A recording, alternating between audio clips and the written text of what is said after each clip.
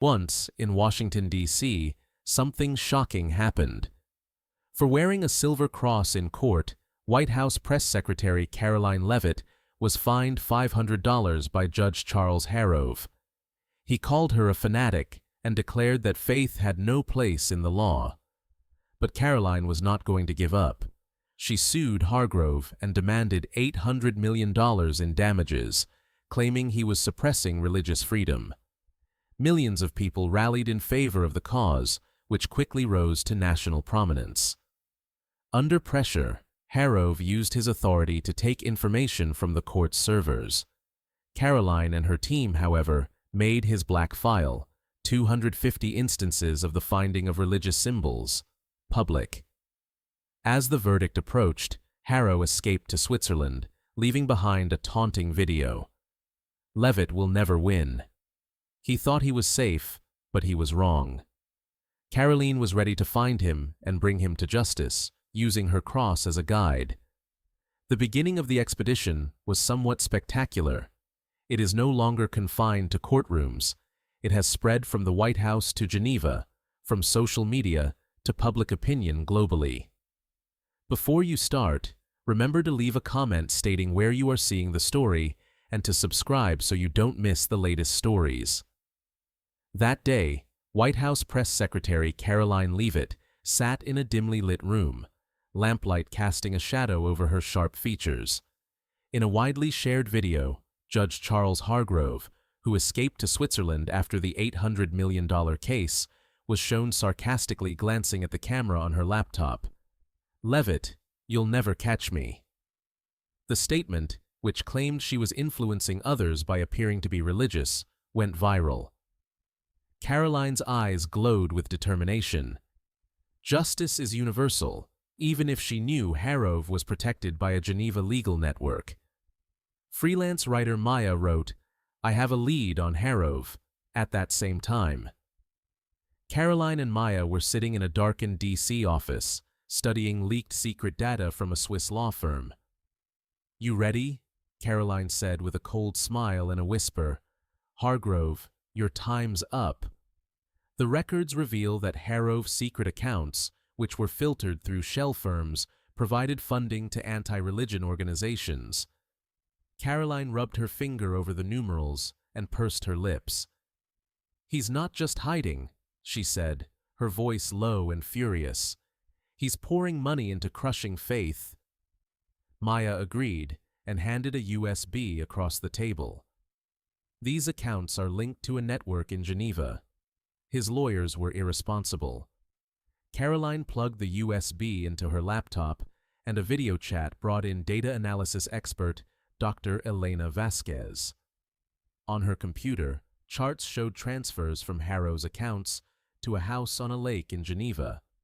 Elena responded firmly, "He's there. He will slip, though, maybe to South America." Karoline leaned forward, anchored by her necklace of crucifixes. "He will vanish forever if we don't stop him now." There was a lot of excitement outdoors on this night in Washington, D.C. Jake Torres, Karoline's media strategist, put the phone in your hand and paste it. According to him, social media is on fire, as he showed her a post. Supporters shared images of Harrove's contentious video with blazing subtitles. "Karoline will pick you up." But there was a lot of opposition, which made the claims that Karoline was playing a political joke stronger. To avoid diplomatic issues with Switzerland, the Justice Department issued a warning letter to her, instructing her to stop. Karoline scoffed scornfully and flung her phone away. "They think I'm going to give up. There is no Swiss secret about the crime that Harrove committed. It's an American stain." She turned to senior detective Linda Martinez, who had hard eyes. Linda's team had scouted Harrove's network by contrasting leaked data with Interpol notifications. On the table, Linda placed a map of Geneva and said, "His lawyers are stalling, but we have 48 hours until he moves." Karoline looked over the map, her mind racing. Hargrove was not just an exception. He represented the system that sought to suppress her faith. When he had discovered her for her cross in the courtroom, she recalled his haughty grin. That passion now bolstered her drive. It rang in Karoline's cell. A statement from teenage YouTuber Lucas Reed, who has 1 million views, encouraging Gen Z to support her cause. Ready to make a major splash, he texted with a clip that exposed Harov's accounts. She replied, "Go live. Show the world who he is." A few hours later, Lucas's video, which fused Karoline's claim with Maya's evidence, was widely shared on social media. Supporters with large placards filled the streets of Washington, D.C. Groves has trouble moving. Karoline watched the live broadcast, steely-willed. He trampled, "It's for everyone." But Harov didn't keep quiet when she told her co-workers, "This isn't just for me." A fresh video, recorded in complete darkness, was posted by an unnamed user. He called Karoline Leavitt a fanatic who is slanting justice in her favor and accused her of fabricating evidence to incriminate him. The video became viral very fast. Some media outlets took offense and published headlines that questioned her motivations. Karine's staff was under stress. Elena had been advised that Harov's lawyers were preparing to sue her overseas. "He's panicking," Maya said calmly. The atmosphere was charged with passion as Karoline rallied her soldiers. Panicked men always slip up. Although Interpol was ready, Karoline had to rally the populace to defend the raid. Karoline quickly gave her approval to a post that Jake wrote. "Harov thinks he's invincible. Be fair to him." Her words, "We're not hunting a ghost," were directed at the map. "We're not hunting a ghost." The crucifix around her neck felt heavy, a reminder of the stakes of her battle, and Karoline stood alone as the squad scattered, gazing at the Capitol dome. She mumbled a prayer, her power pumping, and Harov's dark-filed 250 instances of locating religious symbols, a deep slash into justice. Voices echoed from Geneva to Washington as thousands of individuals shared the message in a matter of minutes. Charles Hargrove was hiding in a white stone cottage at the end of a tiny lane under the gloomy sky of Geneva. In front of a big screen that followed a GPS signal that Dr. Elena Vasquez had decrypted from Harov servers, Karoline Leavitt stood in a makeshift office in Washington, D.C. He was packing at the villa's second level, as shown by the blinking red dot. She muttered, "We're coming for you." Her gaze focused on the horizon. "He thinks he can slip away. Not a chance." Karoline drummed her fingers on the tabletop, her eyes steely. Maya Chen, who was seated next to Karoline, unlocked her laptop and displayed satellite images of the property. She stated, "He's got 3 bodyguards, an airtight security system," in a calm yet agitated voice. Maya Chen had just received an anonymous email from a former Hardrove employee stating that he planned to leave for Argentina in the next 24 hours. The hair-tied investigator, Linda Martinez, filled in with an Interpol report, and we have an international arrest warrant. Karoline nodded, her pulse racing. "But we need to act now. Switzerland doesn't want a circus." This isn't just a case of a fugitive. She's exposing Harov's entire system of injustice. With millions of followers, Lucas Reed recently posted a video clip of Karoline speaking at the White House, spliced with hacked data exposing Harov's accounts. "He thinks he can escape justice," Reed added. "Every second was an opportunity for justice to prevail." The air was tense, but D.C. was a blaze of lights outside. Signs outside the federal courtroom said, "Justice won't spare Hargrove." He spoke in a belligerent tone, saying, "Karoline's coming." The post garnered 10 million views and went viral. But as the pressure mounted, a few officials from the Justice Department called, their voices nervous, and pleaded with Karoline to delay so as to prevent diplomatic trouble. "They want me to keep going." Karoline turned to face media strategist Jake Torres, who was browsing through his phone. "Justice doesn't wait," she stated. "We need the public to keep the pressure on," in a forceful yet hushed voice. Jake wrote a new post after nodding. Charlotte hung up with a resolute look on her lips as she said, "Rove's about to flee to South America." The message went viral and was shared hundreds of times from DC to Europe. A phony film of Karoline standing in front of the American flag and Hargrove running was created by a TikToker. Karoline observed, "Adrenaline surging." The caption said, "Hargrove's time is up." She knew that the public's power was her most powerful tool. As Hargrove opened his laptop and got a message indicating his servers had been hijacked, he sat in a lavish Geneva living room, his hands trembling. His voice cracking, he pounded the desk and contacted his main attorney, saying, "Make sure I'm out of here tonight." But the attorney stopped to say that Interpol had sealed down the airport. Hargrove spotted Hargrove dominating when he browsed through X. "She's just a girl," he mumbled, sweating, and closed the laptop, but he knew deep down that Karoline wasn't alone. He sensed the walls closing in as he peered out the window. Linda had outlined the raid strategy, and Karoline had an urgent meeting with her team back in Washington, D.C. "We need Karoline to keep the heat on social media," Linda remarked as she continued to look at her. Karoline agreed as she opened her laptop and started writing a message. "The public needs to see this as justice, not politics. Hargrove, find our faith."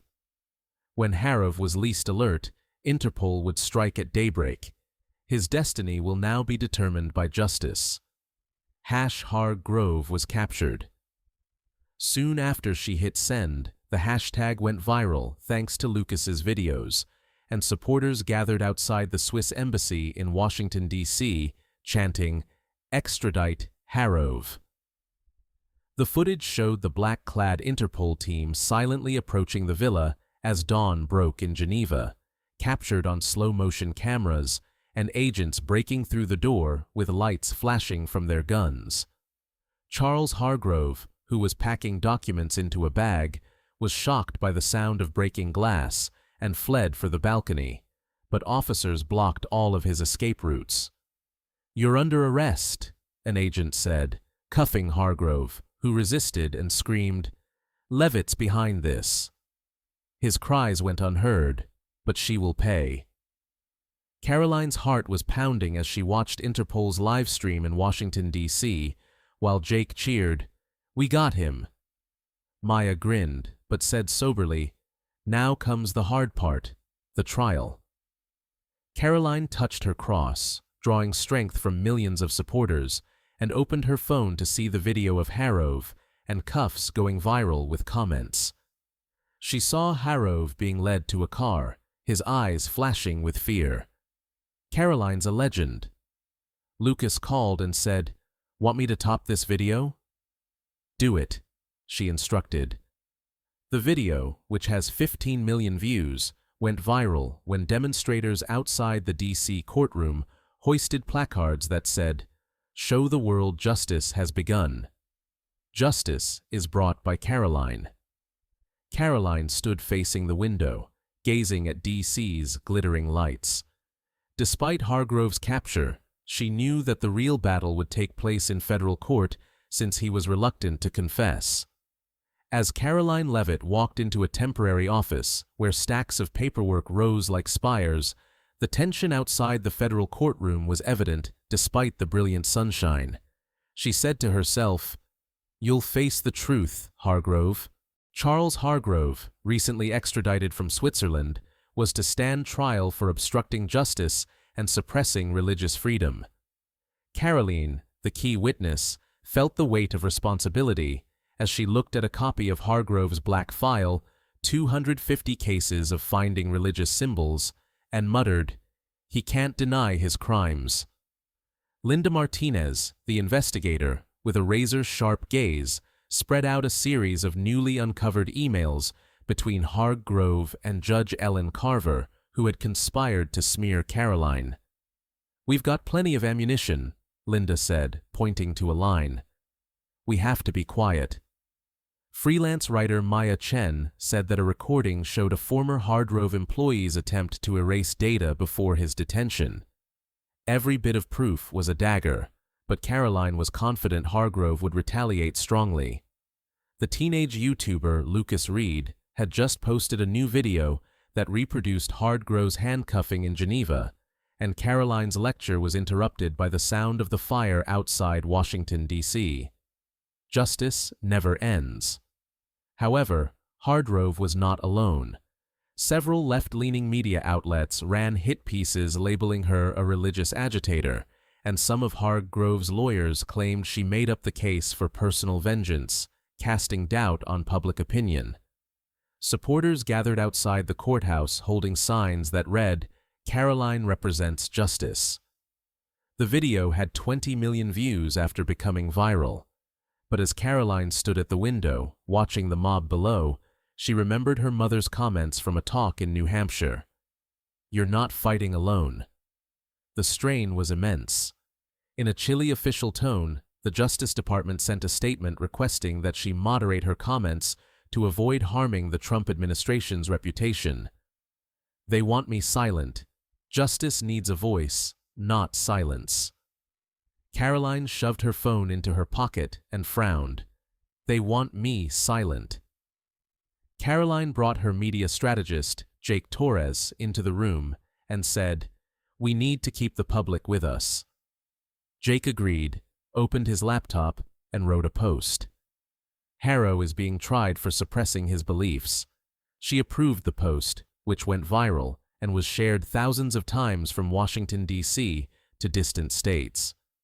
The TikToker's video featured an interview with someone who was fined by Harrow for wearing a cross, intercut with pictures of Karoline entering the courthouse. The caption read, "She's fighting for us." Hardgrove sat glumly in his cage, his face white. Muttering, his gray-haired lawyer would undermine Leavitt's credibility. "Documents that have been forged are available." With a flicker of hope in his eyes, Hardgrove nodded. Although Karoline was moved to see, she was aware that the trial would be a brutal battlefield. "You will be accused of fabrication by Hardgrove." He opened a newspaper, saw a photo of Karoline talking, and clenched his fist. "She thinks she's won," he said, "but deep down, I sensed a storm coming named Karoline." Linda presented the solution.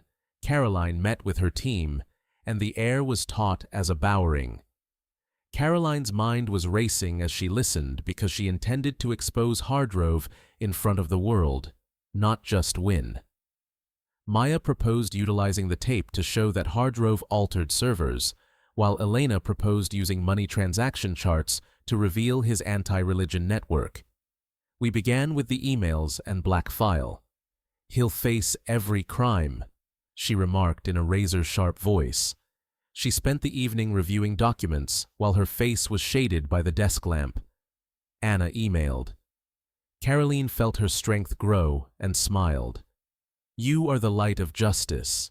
Don't fear." When she opened X, supporters shared their stories. A mother was disciplined by Harrow for donning a hijab. A youngster was deprived of a prayer sign. "This isn't just my fight," she whispered. Her eyes were bright. She wrote her most recent post. "The trial for Harrow is set for tomorrow. Join me in seeking justice. Cash justice for faith." When the post went viral, people were shouting and burning banners outside the courthouse. Karoline can't be defeated. As night fell, Karoline stood alone and gazed at the brightly lit federal courthouse. The silent illumination of the cross around her neck reminded her of her responsibility. When Harrow punished her for her faith, she would utilize the evidence to hold him responsible. She prayed in silence, her faith unflinching. "The trial will judge you," she said in a deep echo. Early light streamed through the windows of the federal courthouse in Washington, D.C., illuminating the polished wood benches.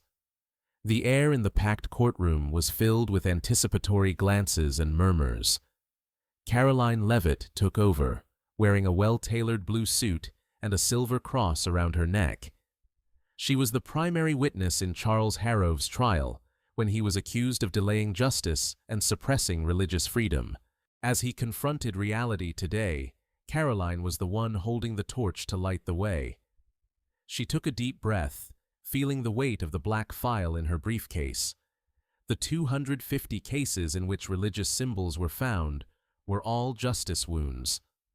Hargrove sat in his pale gray suit at the defendant's table, his slender features unable to hide. He gazed at Karoline with dread and contempt in his eyes. Judge Margaret Ellis, a silver-haired woman with a stern voice, struck the gavel. The trial begins. Prosecutor Daniel Harper stood up and shouted loudly, "We shall show that Charles Hargrove destroyed evidence, abused his authority, and infringed on the right to freedom of religion of Americans." Karoline put her hands on her briefcase and sat up straight, ready to take the stand. Outside the courthouse, Washington, D.C., was a furnace of passion. With their signs in hand, the fans arrived in force.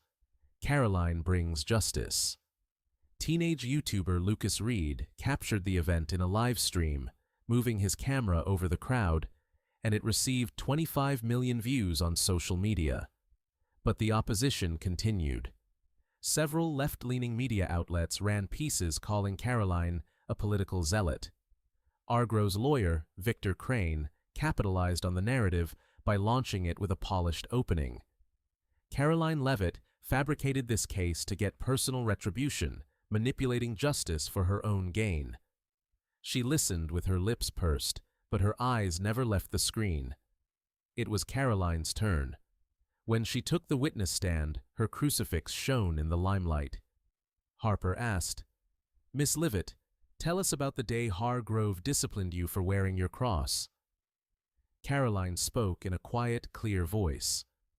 "I was called a fanatic by him. They found me $500 for my faith. But that wasn't the first time. He has done this to hundreds of people." Page by page, the courtroom screen grew larger as she pulled out the black file. A mother who wore a hijab was punished. Students are not allowed to wear prayer symbols. It was quiet in the room. Only the page-turning sound might be heard. Crane replied icily as he arose. "Miss Leavitt, you claim that this is real evidence, or that it's a ruse to undermine my client." He accused Karoline of fabricating the narrative to get publicity using forged documents. A few reporters in the room took notes with suspicious eyes. Karoline remained unflinching. She handed Harper a stack of emails she had taken out of her briefcase between Harrove and Judge Ellen Carver. Hargrove bent his head, his fists clenched, and the courtroom hummed with murmuring. "This is the truth," she continued, her voice like steel, as Harper displayed the emails on the computer. "We must silence Leavitt at all costs. Hargrove didn't just find me. He erased data from D.C. court servers to hide his crimes." Karoline persisted, her voice like a river, calm but sweeping away doubt. Maya Chen, sitting in the gallery, nodded. She had gotten a recording from a former Hargrove employee, demonstrating that he ordered the server wiped before escaping to Switzerland. Harper played the tape. "Delete everything," said Hargrove in a tremulous voice. Crane attempted to respond sharply. "Miss Leavitt, you're the White House press secretary, correct?" The courtroom erupted, with some yelling, "He's guilty." Judge Ellis slammed the gavel, demanding order. "You slandered my client by using your influence." Karoline's stare pierced him as they met eyes. "I utilized truth instead of power. My confidence in the religion of millions was crushed by Harrove. He pays the price now." Her words rang like a verdict as she turned to Harrove. "Even if you locate this cross, justice cannot be eradicated." Harrove froze, his eyes gone as though he had lost the battle. The investigator who confirmed the emails and recording, Linda Martinez, was the next witness Harper summoned. She showed Elena Vasquez's financial transaction charts, which revealed that Harrove was hiding his activities by transferring funds to anti-religion organizations. Each piece of evidence broke through Hargrove's barriers like a hammer strike. Crane attempted to interrupt, but the truth overcame his arguments. With a pale face, Hargrove stooped to talk to his lawyer. The audience outside watched through Lucas's live feed. They raised banners and applauded when Harrove's recording came on. After being punished by Hargrove for a Buddhist necklace, Karoline Unbeatable, a mother in the audience, said, "She's speaking for us." Social media went viral, reaching 30 million views and hundreds of blogs detailing Harrove's abuse. Karoline received the text from Jake Torres from the courtroom, "You're making history." Her heart grew stronger, but she knew the fight was far from done. When Judge Ellis asked Karoline to resign, she wanted to continue the conversation. Her words swept the courtroom like a wind as she stood erect. "I wasn't only wronged by Hargrove, he assailed everyone's faith, Buddhist, Jewish, Muslim, and Catholic. We restore justice for everyone today." Some people in the room started crying. Unable to raise his eyes, Harrove gazed at the ground. Crane attempted to protest, but Ellis interrupted him. "Enough," she said sharply as she turned to the jurors. "Think things over carefully." The jury returned after deliberating for 3 hours. All 4 of them stood, speaking clearly. Charles Harrove is found guilty on all charges. Cheers broke out in the courtroom.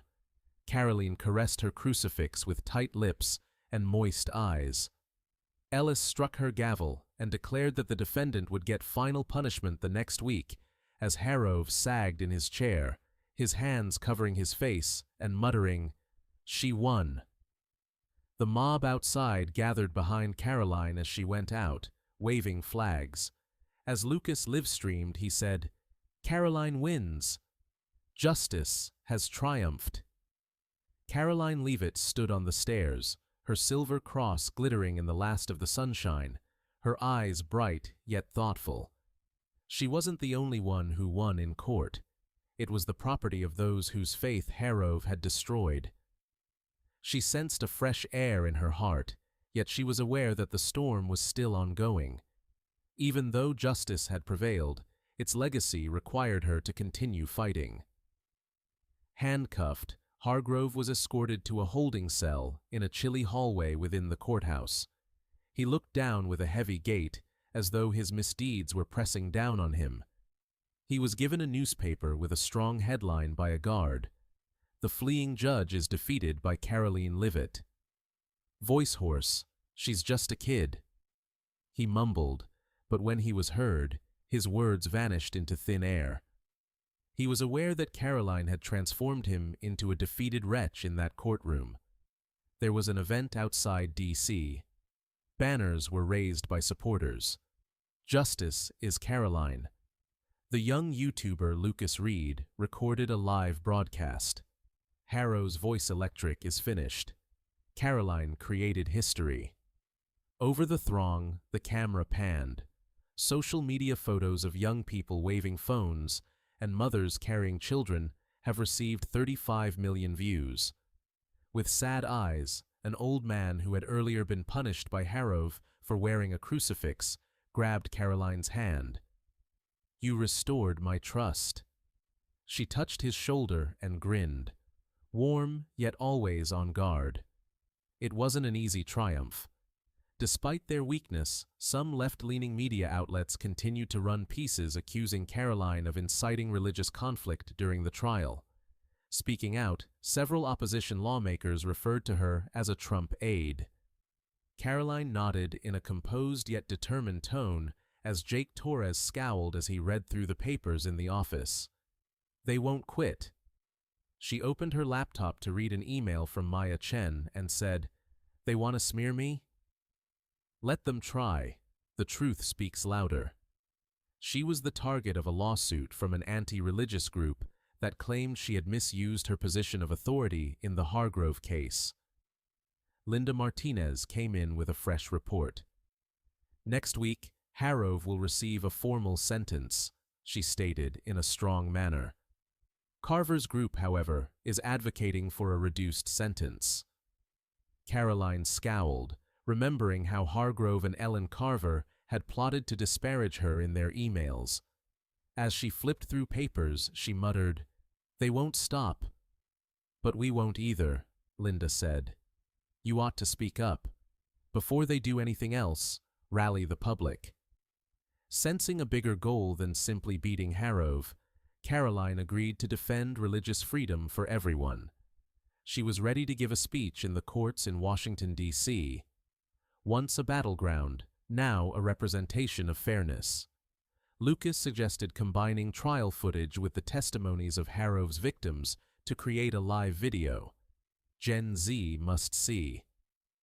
"You changed the game, not just one," he remarked. Karoline nodded while using her phone to prepare her speech, each word laying the foundation for what is ahead. Now, she remembered her mother, Karoline Leavitt, telling her, "You're a torch. Let it burn forever."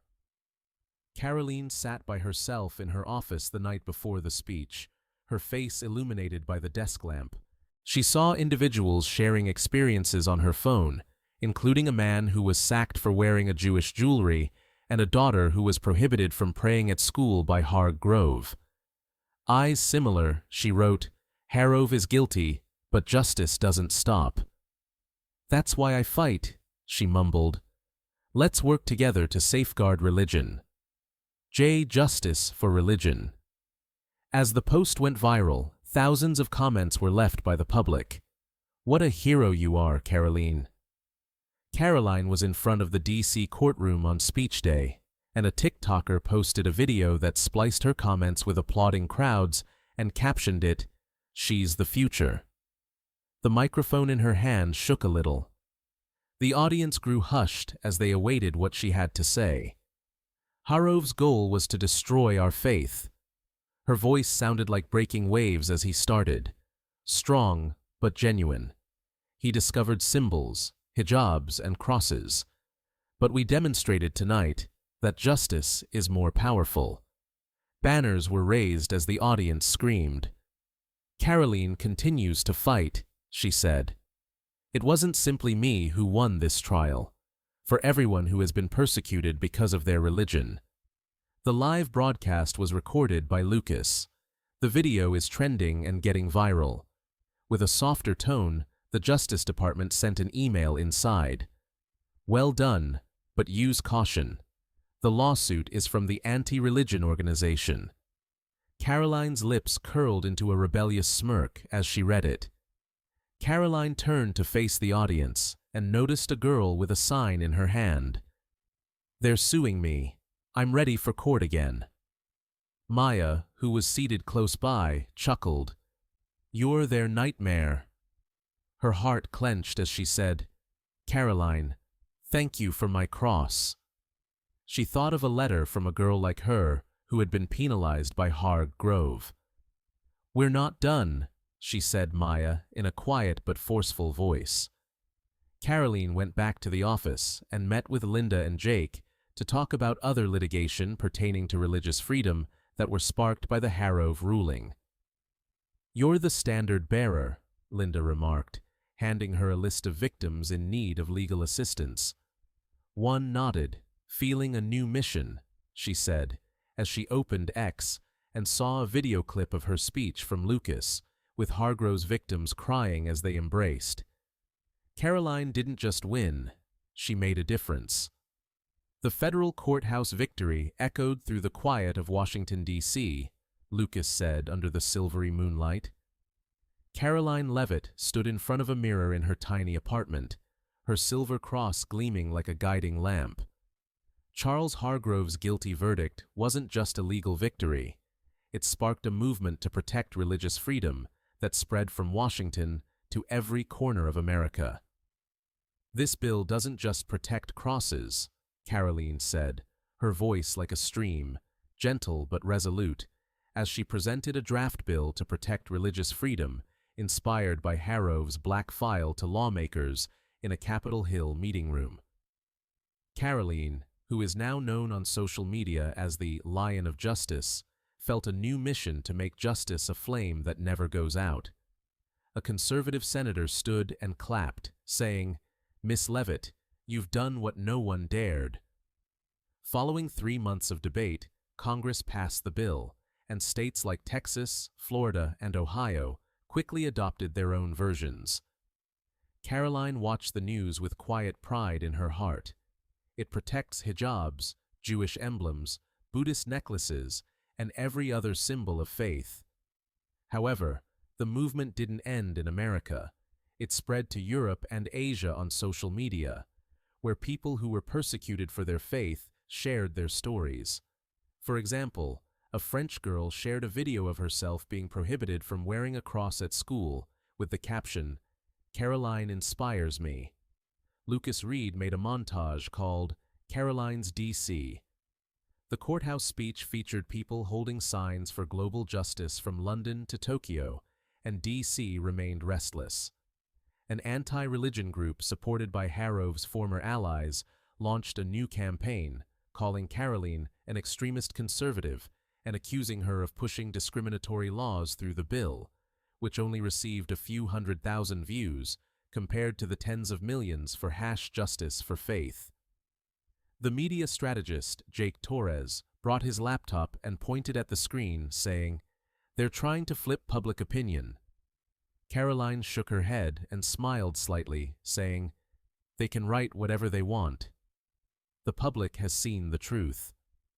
Karoline decided to take action in response, setting up a forum for public prayer at a park in Washington, D.C., that Harrov had previously banned. With crosses, hijabs, and prayer beads in hand, thousands of people gathered. A pastor, a rabbi, and an imam stood hand in hand on stage, signifying unity. Karoline took the microphone and looked around the audience, saying, "We are not divided," in a soft yet captivating voice. "Hargrove wanted to tear us apart, but this bill is a bridge for every faith, every person." The crowd erupted, raising signs. "Karoline unites." Lucas live-streamed the video, going viral, hitting 15 million views in a day. In the crowd, Maya Chen, the freelance journalist, took notes, her eyes shining. She texted Karoline, "You're changing the world, but use caution." Karoline's heart sank as she read it, but she immediately regained her composure. The anti-religion crowd is suing. She was motivated to respond to Maya by a letter she remembered from a girl who had been penalized by Harrov for her cross, and wrote, "Miss Karoline, because of you, I'm not afraid." The letter is now pinned on her desk. To be ready for the new litigation, Karoline met with investigator Linda Martinez. "I'll see them in court again." "You're the flag," Linda stated in a soft but kind voice as she handed her a list of judges like Harrov who needed legal assistance. Karoline nodded as she flipped down the list, each name serving as a reminder. "But you'll be a bigger target." She had a purpose beyond Harrov. When she opened X, she saw a post with pictures of people openly praying interlaced into her park speech.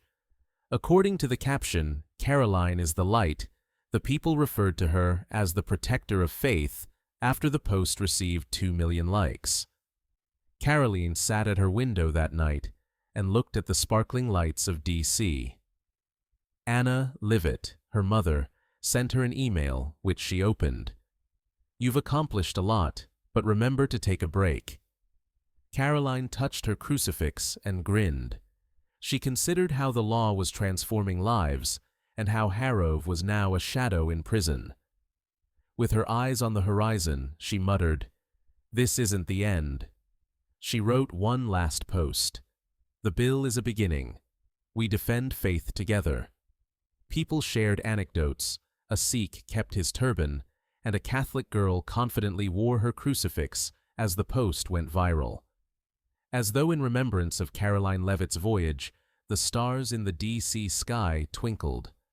Her silver crucifix glinted in the streetlights as she stood in front of the federal courthouse where she had defeated Charles Hargrove. She went from being a White House press secretary to becoming a world-renowned figure who was asked to counsel the Justice Department on religious freedom. Her cause went far, touching the spirits of the disadvantaged, and the measures she led had changed America by protecting all religious symbols. Hargrove composed a letter to Karoline in his cell, his handwriting weak and his hair now gray. I was mistaken. She didn't read his admission of loss. She was looking to the future, away from him. She was halted by another letter from a girl in Ohio. I no longer dread wearing my crucifix, Miss Karoline. It read, "Thanks to you." Karoline's heart was heavy as she gripped the letter. She began because of that girl, and the torch is now directing her. Previously forbidden for prayer, the D.C. park was suddenly filled with light. Hundreds of people gathered, chanting a hymn of liberation while holding crosses, hijabs, and Buddhist beads. Karoline took her place at the podium. Just her honest voice, no microphone. Justice is a long way off, but we won Harrove. Continue to ignite that flame. In this script, Karoline Leavitt's tale highlights pressing problems facing America today. Judicial abuse of authority, religious division, and the influence of social media on the administration of justice. Real-world arguments over religious expression in America, such as litigation over religious symbols in public places or schools, are mirrored in Karoline's pursuit and prosecution of Judge Hargrove for restricting religious freedom. Similar to how Americans utilize social media to support free speech or drive movements like Black Lives Matter, the hashtag Justice for Faith and Karoline Forever campaigns are demonstrating how platforms can magnify individual voices. As seen in discussions over immigration or healthcare policy, Karoline's conflicts with left-leaning media and anti-religion organizations are a reflection of political divisions where special interests defame opponents in order to hold on to power.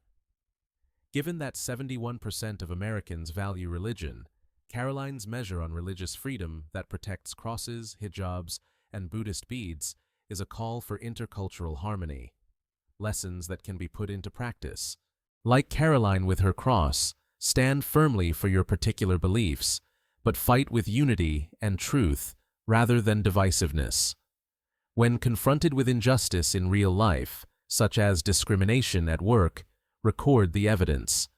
Make smart use of social media to mobilize support, as demonstrated by Lucas Reed's #Justice for Faith campaign. However, constantly double-check facts to prevent false information. Last but not least, as demonstrated by Karoline's cooperation with Maya and Linda, locate reliable friends and foster a sense of community, since achieving justice in America today necessitates teamwork to overcome prejudice and divisiveness. We appreciate your participation in Karoline's quest for justice.